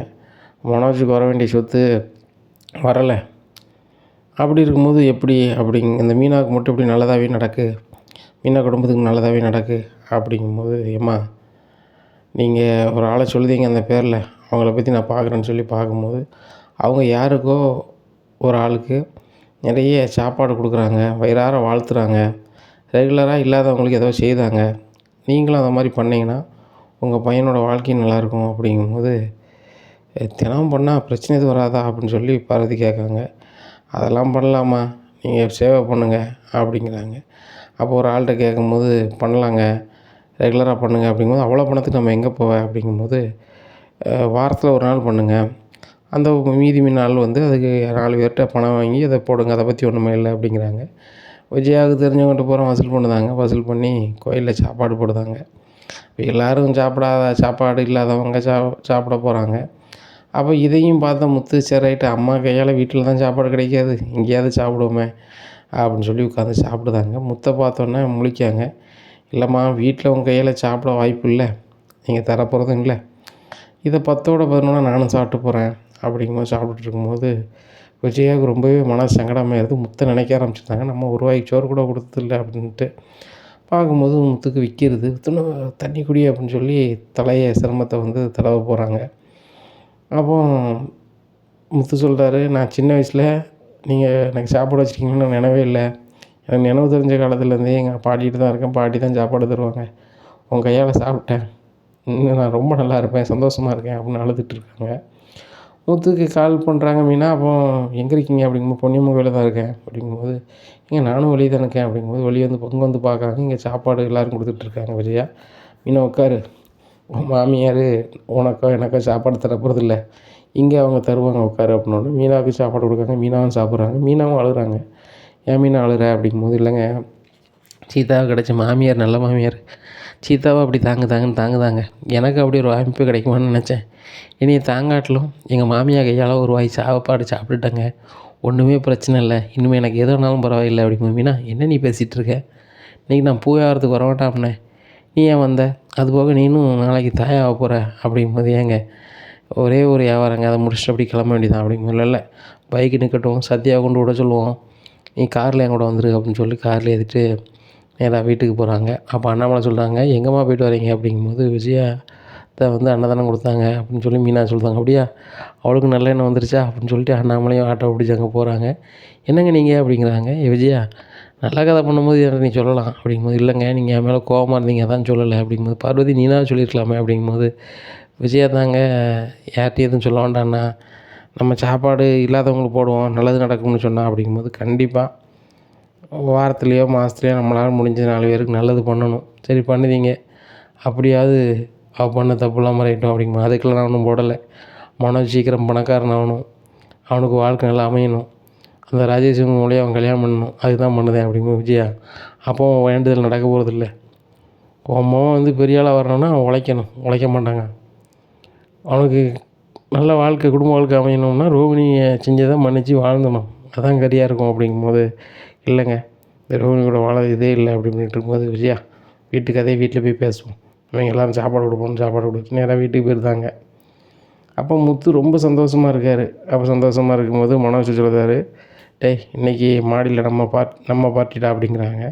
சரி சரி அப்படிங்கிறாங்க. ரவி, மனோஜ், முத்து 3 பேருமே மாடியில் பயங்கர ஜாலி பண்ணுறாங்க. மீனா என்ன சவுண்டு ஓவராக கேட்கணும்னு போகிறாங்க. எங்கள் 3 பேர் இப்படி இருக்காங்க. ஏங்க என்னங்க அப்படிங்க மீனா, இன்றைக்கி ஒரு நாள் ஃப்ரீயாக விட்டுரு, மனோஜ் ரொம்ப ஃபீலிங்கில் இருக்கான், நான் ரொம்ப சந்தோஷமாக இருக்கேன், எங்கள் அம்மாட்ட சாப்பிட்டோம்ல அப்படிங்கிறாங்க. உடனே மீனாவும் சிரிச்சிட்டு கீழே வந்துடுறாங்க. என்னம்மா இவங்கெல்லாம் சவுண்டாக கேட்க அப்படிங்கும்போது, அண்ணன் தம்பி 3 பேரும் பேசிகிட்டு இருக்காங்க அப்படிங்கும்போது, சரி ரைட்டு பேசட்டும் அப்படிங்கும்போது விஜயா நினைக்கிறாங்க, இந்த முத்துக்கிட்டலாம் பேசிகிட்டு இருக்கனால தான் மனோஜ் வந்து பெருசாக வரணும்னு நினைக்கவே மாட்டான் போல், முத்து கூட மனோஜை பேச விடாமல் ஆக்கணும், ரவியையும் கொஞ்சம் பிரிக்கணும், இந்த முத்து சப்போர்ட்டில் தான் எல்லாருமே ஒரு மாதிரி போயிட்டுருக்காங்க, முத்து அந்த வீட்டை விட்டு அனுப்பிட்டோம்னா சரியாக வந்துடும், நான் என்ன தான் வாய்ப்பு பண்ணேன் அப்படின்னு சொல்லி நினச்சிக்கிட்டே இருக்காங்க. இப்படி இந்த நாட்கள் போயிடுது. அப்போ ரோகிணி பற்றி மேலும் எதையாவது சொல்லி இந்த அண்ணாமலை குடும்பத்தை கடுப்பை கிளப்பணுமே அப்படின்னு சொல்லிட்டு மறுநாள் இந்த வீட்டுக்கே வராத வாசுதேவனும் சுதாவும் வராங்க. வந்து சம்மந்தி அப்படிங்கிறாங்க. உடனே விஜயாவுக்கு ஒன்றும் வரல, வாங்க சம்மந்தி உட்காருங்க அப்படிங்கும்போது, ஏங்க நம்ம சம்மந்தி வந்திருக்காங்க அப்படிங்கிறாங்க. யார், சுருதியோட அம்மாவா அப்படிங்கிறாங்க. அவங்க அப்பாவும் வந்திருக்காங்க அப்படிங்கிறாங்க. அந்த வாசுதேவனா, அவர் வரமாட்டாரா அப்படிங்கிறாங்க. வந்திருக்காருங்க வாங்க அப்படிங்கிறாங்க. வாங்க சார் அப்படிங்கிறாங்க. அண்ணாமலை நீங்கள் சம்மந்தினை கூப்பிடுங்க, வெளியே நீ சார்னு கூப்பிடுங்க அப்படிங்க. ஓ வீட்டுக்குள்ளே அது யாரும் தெரியாதுல்ல, அதனால் அண்ணா பேரை சொல்லி கூட சொல்கிறீங்களா சம்மந்தின்ட்டு, சரி ரைட்டு சொல்லுங்கள் அண்ணன் விஷயம் அப்படிங்கிறாங்க. சரி உங்கள் மருமக, மூத்த மருமக எங்கே இருக்காங்க அப்படின்னு கேட்குறாங்க. என்ன வாசுதேவன், இதை கேட்க தான் அங்கேருந்து வந்தீங்களா அப்படிங்கும்போது, இல்லைங்க நான் கேட்குறேன் அப்படிங்கிறாங்க. அந்த பொண்ணு அவங்க வீட்டுக்கு போயிருக்காங்க அப்படிங்கிறாங்க. போயிருக்காங்களா, இந்த வீட்டோட அனுப்பிட்டீங்களா அப்படிங்கிறாங்க. விஜயா சொல்கிறாங்க, ஆமாம் வாயிலேருந்து வர்றது எல்லாமே போய், அதனால தான் அனுப்பிட்டோம், பெரிய பணக்காரி அப்படி இப்படின்னு சொல்லிட்டு இந்த வீட்டுக்கு வந்தா அப்படிங்கும்போது, சொல்கிறதும் தப்பாக நினச்சிக்காதீங்க, உங்களுக்கு எத்தனை கோடி ரூபா பணம் இருக்குது அப்படின்னு கேட்குறாங்க. இதை கேட்ட வச்சு என்ன சம்மந்தி இப்படிலாம் பேசுகிறீங்க அப்படிங்கும்போது, ஆமாம் நீங்கள் பணக்காரங்களாக இருந்தீங்கன்னா பணக்காரங்களாக ஆசைப்படலாம், உங்கள்கிட்ட ஒன்றுமே கிடையாது, அப்படி இருக்கும் நீங்கள் எப்படி பணக்காரங்களாக ஆசைப்படுவீங்க அப்படிங்கும்போது, வாசுதேவன் உங்கள் மேலே கோபம் இருந்தாலும் இந்த பேச்சில் கரெக்டாக பேசுகிறீங்க அப்படின்ட்டு இருக்கும்போது முத்து வந்துடுறாரு. எப்பா இவங்க எதுக்கு வந்திருக்காங்க அப்படிங்கும்போது, டேய் சம்மந்தி வீட்டிலேருந்து வந்திருக்காங்கடா, என்னடா பேசுகிற அப்படிங்கிறாங்க விஜயா. உடனே முத்து அமைதியாக நிற்காரு. அப்போ சரிங்க, உங்கள் மருமக இல்லைன்னு ஆயிடுச்சு, எங்கள் பணம் இல்லாமல் போயிடக்கூடாதுல்ல அப்படிங்கிறாங்க. யார்? சுருதியோட அம்மா. என்னங்க சொல்கிறீங்க அப்படிங்கிறாங்க. ஆமாம், உங்கள் மருமகன்னு சொன்னோன்னே தான் நாங்கள் 2,00,000 எதுவும் கேட்காம கையில் எடுத்து கொடுத்தோம். ஆனால் 2,00,000 தரலை. ஃபோன் பண்ணாலும் எடுக்க மாட்டாங்குதே. நாங்கள் எங்கள் சம்மந்தி வீடுன்னு சொல்லி தான் கொடுத்தோம். இப்படி ஏமாற்றுவாங்கன்னு தெரியாது, நீங்களும் அனுப்புவீங்கன்னு தெரியாது. அந்த 2,00,000 எங்களுக்கு உடனே வேணும், செலவுக்கு காசு இல்லை அப்படின்னோடனே அண்ணாமலை, என்னங்க சொல்கிறீங்க, 2,00,000 கொடுத்தீங்களா அப்படிங்கிறாங்க. ஆமாம் கொடுத்தோம் அப்படிங்கிறாங்க. விஜயா சொல்கிறாங்க, இல்லைங்க தெரிஞ்ச வீட்டில் வாங்க மாட்டேன்னு சொல்லியிருக்கா, வாங்க மாட்டா. ரோகிணி போய் சொல்கிறவ தான் வைக்கிறவ தான், நான் இதெல்லாம் செய்ய மாட்டான் அப்படிங்கும்போது, ஏன் அந்த சிட்டி கூட சேர்ந்து தேவையில்ல அதெல்லாம் இதை பண்ண மாட்டாங்களா? இந்த வீடியோ பாருங்கள், எங்கள் வீட்டில் வந்து பணம் வாங்கினதுக்குள்ளே இதை பாருங்கள் அப்படிங்கிறாங்க. பார்த்துட்டு விஜயா உன்னோடலாம் ஆகா, இவங்க சொல்லதெல்லாம் உண்மை தான் முழுக்க அப்படின்னு சொல்லிட்டு அண்ணாமலையும் பார்க்காங்க. பார்த்துட்டு அண்ணாமலை சொல்கிறாங்க, என் மருமகன்கிட்ட பணம் வாங்கியிருக்கா, நான் ஏதோ ஒரு வாரத்தில் தரேன் அப்படிங்கும்போது, சரி நாங்கள் கிளம்புறோம் அப்படின்ட்டு இருக்கும்போது சுருதி வந்துடுறாங்க. என்னச்சா எங்கே வந்திருக்கீங்க அப்படிங்கும்போது, இல்லைம்மா சும்மா தான் வந்தேன் அப்படிங்கிறாங்க. சும்மா வந்தீங்களா, இந்த வீட்டில் ஏதாவது பிரச்சனைகளை வந்தீங்களா அப்படிங்கிறாங்க. என்ன சுருதி இப்படி பேசிகிட்டு இருக்கேன் அப்படிங்கும்போது, இல்லை டேடி நீங்கள் இது வரவே மாட்டேங்க, திடீர்னு வந்திருக்கீங்க, என்கிட்ட கூட ஒரு வார்த்தை சொல்லலை, கண்டிப்பாக என்னமோ பேசியிருக்கீங்க என்ன அப்படின்னு கேட்குறாங்க. இல்லை சுருதி வந்து 2,00,000 வாங்கியிருக்கலாம், அதான் அவங்க அம்மா அவங்க அப்பா வந்து சொல்லுதாங்க அப்படின்னு சொல்லி முத்து சொல்கிறாரு.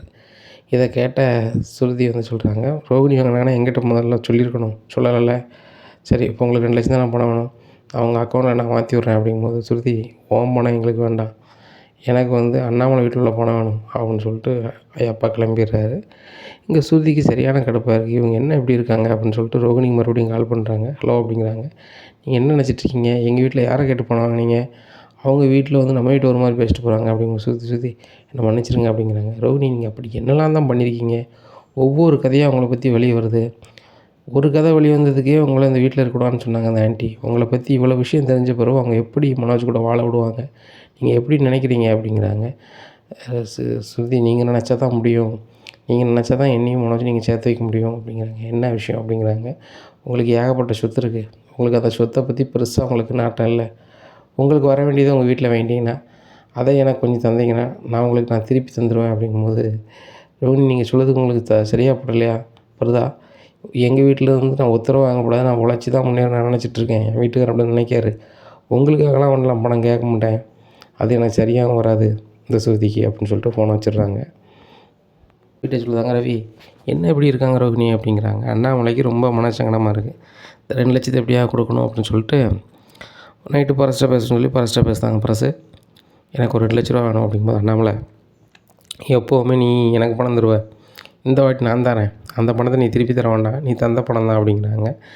என்ன சொல்கிற பரசு அப்படிங்கிறாம்மா, என் அம்மாவா கல்யாணத்தோடு 1,00,000 தந்த திருப்பி வாங்கலை, அது போங்க அதுக்கு முன்னாடி 2 வாட்டி 50-50 ரூபா தந்துருக்கு, அந்த 2,00,000 தரேன், கூடனாலும் தரேன் அண்ணாமலை அப்படிங்கிறாங்க. அந்த பணத்தை வாங்கி கொண்டு வாசுதேவன்கிட்ட கொடுக்காங்க. அண்ணாமலை வாசுதேவனை வாங்கி வச்சுக்கிறாரு. என்ன அண்ணாமலை வேறு எதுவும் பணம் வேணுன்னா தேடி வாங்க அப்படிங்கும்போது, ரோகிணி வாங்கினதுக்கு மன்னிக்க தான் செய்யணும், ஆனால் இந்த அண்ணாமலை உங்கள்கிட்ட பணத்துக்கு வரவே மாட்டான், விஜயா வேணால் பணத்துக்கு ஆசைப்படலாம், என் பையன் ரவியாக இருக்கட்டும் நாங்களாக இருக்கட்டும் ஒருத்தரவா யார் பணத்துக்கு ஆசைப்பட மாட்டோம் அப்படிங்கும்போது, வாசுதேவன் சொல்லுதாங்க, பணத்துக்கு ஆசைப்படாதவன் ஒன்றும் கிடையாது, உங்கள் பையன் ரவி இன்றைக்கி வந்து வரமாட்டேன் வைக்க மாட்டேன்னு சொல்லி விம் பண்ணுறாரு, நான் லட்சத்தில் கொடுக்கறதுனால, இதே இது நான் கோடியில் தரேன் வந்துடுங்க மறுமனை அப்படின்னா மறுநாள் இங்கே வந்து நிற்பார் அப்படிங்கும்போது அண்ணாமலை சிரிக்காங்க. நீங்கள் வேறு யார்கிட்டையும் பேசுகிற மாதிரி என்கிட்டையோ ரவிக்கிட்டேயோ முத்துக்கிட்டேயோ பேச முடியாது, யாருமே உங்கள் பணத்துக்கு ஆசைப்பட மாட்டோம், ஏன் உங்கள் பொண்ணு சுருதி கூட ஆசைப்படாது அப்படின்னு சொல்லிட்டு அண்ணாமலை போயிடுறாரு. இதை கேட்ட வாசிவனுக்கு ரொம்ப கடுப்பாகுது. பார்த்தியா சுதா என்னெல்லாம் பேசுகிறாங்கன்ட்டு, ஒன்றும் இல்லாதவங்களுக்கு இப்படி தான் ரொம்ப துமுறு இருக்கும் அப்படிங்கும்போது, ஆமாங்க நம்ம சுருதியை சொல்லணும், மற்றவங்களுக்கு சொல்லி என்ன சொல்கிறது அப்படிங்கும்போது ரோகிணியை தேடி அவங்க 2 பேரும் போகிறாங்க. ரோகிணிக்கு சரியான கடுப்பாயிருது, என்னை பற்றி இல்லாதையும் பொல்லாதையும் எங்கே போய் சொல்லியிருக்கீங்க அப்படிங்கும்போது, ரோகிணி இல்லாத பொல்லாதெல்லாம் சொல்லலையே, நீ 2,00,000 வாங்கியிருந்த அதான் சொன்னோம், அந்த அண்ணாமலை குடும்பம் நிம்மதியாக இருக்கக்கூடாது, அதுக்கு நாங்கள் என்ன செய்யணும், நீ என்ன பண்ணுவ அப்படிங்கும்போது, நான் ஒன்றும் பண்ண முடியாது, நான் தர வேண்டிய பணத்தை எங்கள் மாமா தான் தரல, இன்னும் உங்களுக்கு எனக்கு பேச்சு இல்லை அப்படிங்கும்போது, ரோகிணி நீ ரொம்ப நாள் ஆசைப்பட்டது தனியாக பார்லர் வைக்கணும் அப்படி இப்படின்னு சொல்லிட்டு, உனக்கு பார்லர் வைக்க பணம் தரேன், இப்போ அந்த அண்ணாமலை வீட்டில் நிம்மதி இருக்கக்கூடாது, அதுக்கு என்ன பண்ணலாம் அப்படிங்கும்போது, அப்போ தான் ரோகிணி நினைக்காங்க, மனோஜுக்கு வந்து இக்கட்டான சூழ்நிலை வந்தால் மட்டும்தான் நம்மளை தேடி வருவார், அவர்கிட்ட கடை இருந்துச்சுன்னா கண்டிப்பாக எனக்கு பிஸ்னஸ் இருக்குது, நான் பெரிய ஆள் அப்படி இப்படின்னு சொல்லிகிட்ருப்பார். அதுவும் சரிதானே, இவங்க சொல்கிறதும் சரிதானே, இது இவங்க சொல்கிறது நம்மளுக்கு சாதகமாக தானே இருக்கும் அப்படின்னு நினைக்காங்க. அப்போ கடன்காரங்கிட்ட எல்லார்ட்டையுமே ரோகிணியவே வாண்டடா பேசுதாங்க. இந்த மாதிரி மனோஜுக்கு வந்து மாதம் மாதம் இவ்வளோ வருது, அவர் தர மாட்டுறாரு, அவர் அக்கௌண்ட்லேயே வச்சுருக்கிறாரு, நீங்கள் அந்த கடையை நடத்தக்கூடாதுன்னு சொல்லிட்டு பிரச்சனை பண்ணுங்கள், பண்ணிட்டீங்கன்னா கண்டிப்பாக உங்கள் பணத்தை தருவார் அப்படிங்கிறாங்க. இங்கே மனோஜ்கிட்ட பணம் எதுவும் இல்லை, கடை பெருசாக எதுவும் ஓடலை. பாம்பே சந்தோஷ் சாரும் இவருக்கு வர வேண்டிய கமிஷன் ஒன்று போட்டு வச்சிட்டாரு, மொத்தமாக போட்டு வச்சிட்டாரு. மனோஜுக்கு நல்ல பேர் வந்த பிறகு கொடுப்போம். சப்டீலர் எல்லாருமே இவரை குறை சொல்கிறாங்க, இவரால் வியாபாரம் ஆகலைன்ன மாதிரி பேசுகிறாங்க அப்படின்னு சொல்லி அவர் நிப்பாட்டி வச்சிடுறாரு. அப்போ கடன்காரங்க எல்லாமே அவங்க வீட்டம்மாவே சொல்லிட்டேன், அப்போ இவர் தான் ஏதோ பண்ணுறாரு அப்படின்னு சொல்லிட்டு அவ்வளோ வெறும் கடையில் போய் எங்கள் பணம் வேணும் பணம் வேணுங்கிறாங்க. பணம் என்ன மொத்தமாக எப்படி தர முடியும், கொஞ்சம் கொஞ்சமாக தர முடியும் அப்படிங்கும்போது எங்ககிட்ட மொத்தமாக தானே வாங்கினீங்க அப்படிங்கிறாங்க. உடனே இல்லை முடியாது அப்படிங்கும்போது இல்லை நீங்கள் கடையை நடத்தக்கூடாது அப்படிங்கிறாங்க. என் கடையை நடத்தக்கூடாது நீங்கள் எப்படி சொல்லலாம் அப்படி பண்ணி இவர் பண்ணுவாங்கன்னு சேதனுக்கு பேர் தாங்க. அவங்க சொல்லுவாங்க எல்லாருக்கும் பணம் கொடுத்த பிறகு தான் நடத்தணும், இல்லை நடத்தக்கூடாது அப்படிங்கிறாங்க. அவங்க கடையை பூட்டிடுவாங்க. மனோஜும் பணத்துக்கு அங்கே அலையுதாங்க. அப்போ விஜயாட்ட சொல்கிறாங்க, ஏம்மா எனக்கு ஒரு 30 லட்ச ரூபா வேணும், ரெடி பண்ணி கொடுங்கம்மா அப்படிங்கும்போது, டே அதுக்கு வாய்ப்பே இல்லை அப்படிங்கும்போது, ஏம்மா ராஜேஸ்வரி அவங்க பொண்ணை கட்டின பிறகு நான் எத்தனை கோடினா உங்களுக்கு தரேம்மா, பேசாமல் ஒரு வீடை விற்றுருங்க அப்படின்னோடனே விஜயா, ஆமாம் ஏன்னா கோடிக்கணக்கான சொத்து வரணும், இதை விற்றா தான் லாய்க்கு அப்படின்ட்டு சரி ரைட் அப்படின்ட்டு வாடகை இருக்கிறவர்கிட்டே வந்து பேசுகிறாங்க. இந்த வீடு எடுத்துக்காங்க, எவ்வளோ தருவீங்க அப்படிங்கிறாங்க. அவங்க சொல்கிறாங்க, ஏம்மா இந்த வீடு ஒரு 50 லட்ச ரூபா வரும், நீங்கள் உடனே கேட்க, அதனால் ஒரு 40 ரூபா தரேன் அப்படின்னு சொல்லி பேசிடுறாங்க. இது வீட்டில் உள்ள யாருக்குமே தெரியாது, யாருக்கு அண்ணாமலை கூட தெரியாது. அப்போ அண்ணாமலை வாக்கிங் போய்ட்டு இருக்கும்போது அந்த வீட்டில் வாடகைக்கு இருக்கிறவர் கேட்காங்க, அண்ணாச்சி உங்கள் வீட்டம்மா அவசர அவசரமாக எதுக்கு வீட்டை விற்கு அப்படிங்கிறது, வீட்டை விற்க அப்படிங்கும்போது, ஆமாங்க நான் இருக்கிற வாடகை வீட்டை எனக்கே தந்துடுதேன் அப்படின்னாங்க. நான் அவசரம்னா 40 லட்சத்துக்கு எடுத்துக்கிட்டுதான்னு சொன்னோன்னே அண்ணாமலைக்கு சரியான கோவம். வீட்டில் வந்து விஜயாட்ட கேட்குறாங்க, என்னாச்சு நீ வீட்டை விற்கணும், நீ என்ன விஷயம் அப்படிங்கிறாங்க. இல்லைங்க மனோஜுக்கு அப்படிங்க, மனோஜுக்காக நீ எதுவுமே பண்ண வேண்டாம், என் ஒட்டுமொத்த பணத்தை கொண்டு ஒன்றும் இல்லாமல் ஆகிட்டான். முத்துக்கு முத்துக்காகட்டும் ரவிக்காகட்டும் இதை பற்றி நான் வேலை பார்த்த காசை ஒரு காசு கொடுக்கல, அப்பங்கன்னு நான் என்ன செஞ்சுருக்கேன்னு சொல்லு, ஒன்றும் பண்ணல, எல்லாத்தையுமே வம்பாக்கியிருக்கான் அப்படிங்கும்போதேப்பா நான் என்னப்பா செய்ய முடியும் அப்படிங்க. நீ என்ன செய்ய முடியுமா, நான் கடை நடத்தின 3 மாதத்துலேயே லாபத்தை கொண்டு வந்திருக்கேன், நீ இவ்வளோ நாள் நடத்தியிருக்க, கடை என்ன செஞ்ச அப்படிங்கும்போது, இல்லைப்பா அதுப்பா இதுப்பா பாரு பாம்பே சந்தோஷ் சார் கூட என்கிட்ட பேசினார், உனக்கு வர வேண்டிய பணத்தை நிப்பாட்டி வச்சுருக்காரு, இன்னும் ஒழுங்காக தொழில் பண்ணுவேன் வைப்பேன்னு சொல்லி நீ பேசினா பணம் தாரங்கார் வா அப்படின்னு சொல்லிட்டு சொல்கிறாரு. அண்ணாமலை வந்து முத்தை கூப்பிட்டுக்கிட்டு காரில் பாம்பே போகிறாங்க. அவரை போய் பேசுகிறாங்க, முத்துங்க பாருங்கள் கடை நீங்கள் நடத்தா இருந்தால் அந்த பணத்தை நான் ரிலீஃப் பண்ணுறேன், மாதம் மாதம் தரேன், எனக்கு மனோஜ் டீலராக சுத்தமாகவே பிடிக்கல, ஏகப்பட்ட பேர் மனோஜ் வந்து சரியில்லைங்காங்க அப்படிங்கும்போது அண்ணாமலை பார்க்குறாரு, அந்த கடையை மீட்கணும்னா வேறு வழி கிடையாது, முத்து பேரில் தான் டீலர் வைக்கணும்னு சொல்லிட்டு, சரிங்க முத்து பேரில் நீங்கள் கொடுங்க, இன்னும் முத்து தான் அதுக்கு ஓனர் அப்படின்றாங்க. பாப்பா அப்படிங்கிறாங்க, பாரு கடை நம்ம வீட்டில் இருக்குன்னா ஏதாவது வழி அப்படிங்கிறாங்க. முத்தை டீலராக மாற்றிட்டு நேராக ஊருக்கு போகிறாங்க. இங்கே விஜயாவுக்கு ரொம்ப சந்தோஷம், கடை மறுபடியும் வந்துடும், இவங்க பாம்பே போயிட்டாங்க அப்படின்னு சொல்லிட்டு. வந்தோடனே அண்ணாமலை சொல்றதை கேட்டுட்டு விஜயாவுக்கு ஒன்றும் உடலை, என்னது கடை ஓனர் முத்தா அப்படிங்கிறாங்க. அப்போ எல்லார்ட்டையும் கடைக்காரெல்லாம் பேசுகிறாங்க, சரி தம்பி நீங்கள் மாதம் மாதம் வரது எங்களுக்கு கொஞ்சம் கொஞ்சமாக கொடுங்கன்றதாங்க. அப்போ முத்து கடை நடத்தும் முறை ஆயிடுது, அண்ணாமலை மேற்பார்வை நடக்கு, இப்படியா இருக்குது.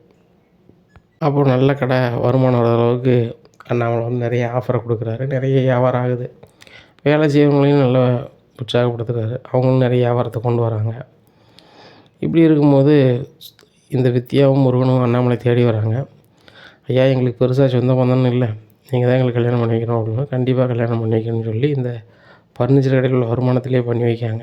அப்போ விஜயா சொல்கிறாங்க, ஏங்க இந்த கடையில் உள்ள வருமானத்தில் இல்லாதவங்களுக்கு பூராமே செய்யணுமா அப்படிங்கும்போது, விஜயாங்க பாரு இல்லாதவங்களுக்கு நம்ம செஞ்சால் கடவுள் நம்மளுக்கு அள்ளி கொடுப்பாரு, அதை மட்டும் புரிஞ்சுக்கான் அப்படிங்கிறாங்க. ஆமாம் பெருசாக அள்ளி கொடுப்பாங்க, நான் மனோஜ் நல்லா இருக்குன்னு சொல்லி வாரம் சாப்பாடு போட்டேன், மனோஜுக்கு ஒரு நல்லது நடக்கலை அப்படிங்கும்போது, விஜயா மனோஜ் நடக்காட்டேன்னா இந்த குடும்பத்துக்கு நல்லது நடந்திருக்குல்ல அப்படிங்கும்போது, அப்படி என்னங்க நடந்திருக்கு அப்படிங்கும்போது, முத்து டீலர் ஆகியிருக்கான், அதுபோக மீனா நம்ம குடும்பத்துக்குள்ளே சமக்கு, அதுபோக மீனாவுக்கு குடும்ப சொத்து வந்திருக்கு, எல்லாமே நல்லது தான் நடந்திருக்கு அப்படிங்கும்போது, ஆமாம் மீனாவுக்கு சொத்து வந்தாங்க, நல்லது நடக்க போகுது அப்படின்ட்டு இருக்கும்போது, மீனா சொல்கிறாங்க, ஏங்க உங்கள் பேரில் கடை வந்துருச்சு, உங்கள் அண்ணன் வேலை வாய்ப்பு இல்லாமல் இருக்கார், பேசாமல் அவருக்கு ஏதாவது பணத்தை கொடுத்து பிஸ்னஸ் பண்ண சொல்லலாம்ல அப்படிங்கும்போது, மீனா அவன் இன்னும் பொறுப்பாகவே வரல, அவன் வந்து நடக்காத கற்பனை பண்ணிக்கிட்டு இருக்கான், அதனால் அவன் நிதானத்துக்கு வரட்டும்.